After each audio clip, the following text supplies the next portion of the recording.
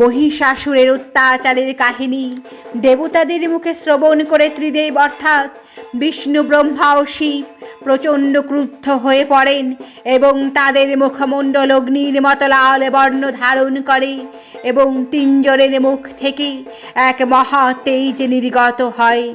সেই সঙ্গে ইন্দ্রাদি অন্যান্য দেবতাদের দেহ থেকে সুবিপুল তেজ নির্গত হয়ে সেই ত্রিদেবের মহাতেজের সঙ্গে মিলিত হল। সুউচ্চ হিমালয় স্থিত ঋষি কাত্যায়নের আশ্রমে সেই বিরাট তেজপুঞ্জ একত্রিত হয়ে এক নারী মূর্তি ধারণ করল। মহিষাসুরকে বধ করার জন্য এই তেজময়ী নারী হলেন দেবী দুর্গা। তিনি মহিষাসুরমর্দিনী, আবার জগতের করুণাময়ী মাতা দুর্গা।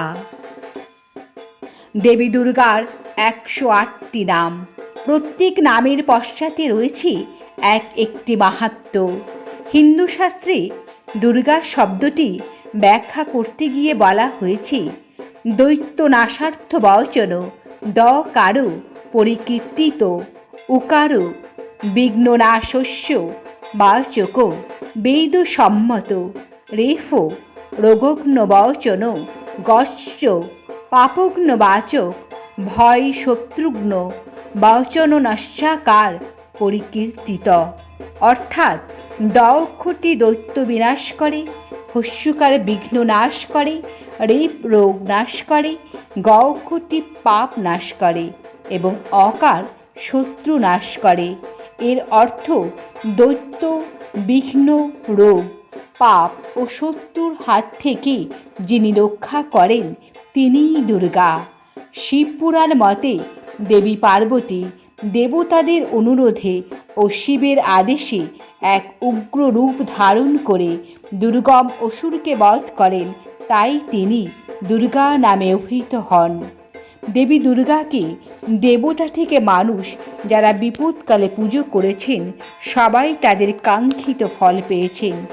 সনাতন শাস্ত্র মতে সৃষ্টির প্রথম যুগে পরমাত্ম কৃষ্ণ বৈকুণ্ঠে প্রথম দুর্গা পূজা করেন।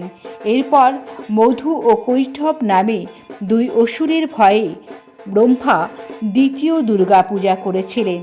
ত্রিপুর নামক এক অসুরের সঙ্গে যুদ্ধ করতে গিয়ে বিপদে পড়েন শিব, তৃতীয় দুর্গা পূজার আয়োজন করেন।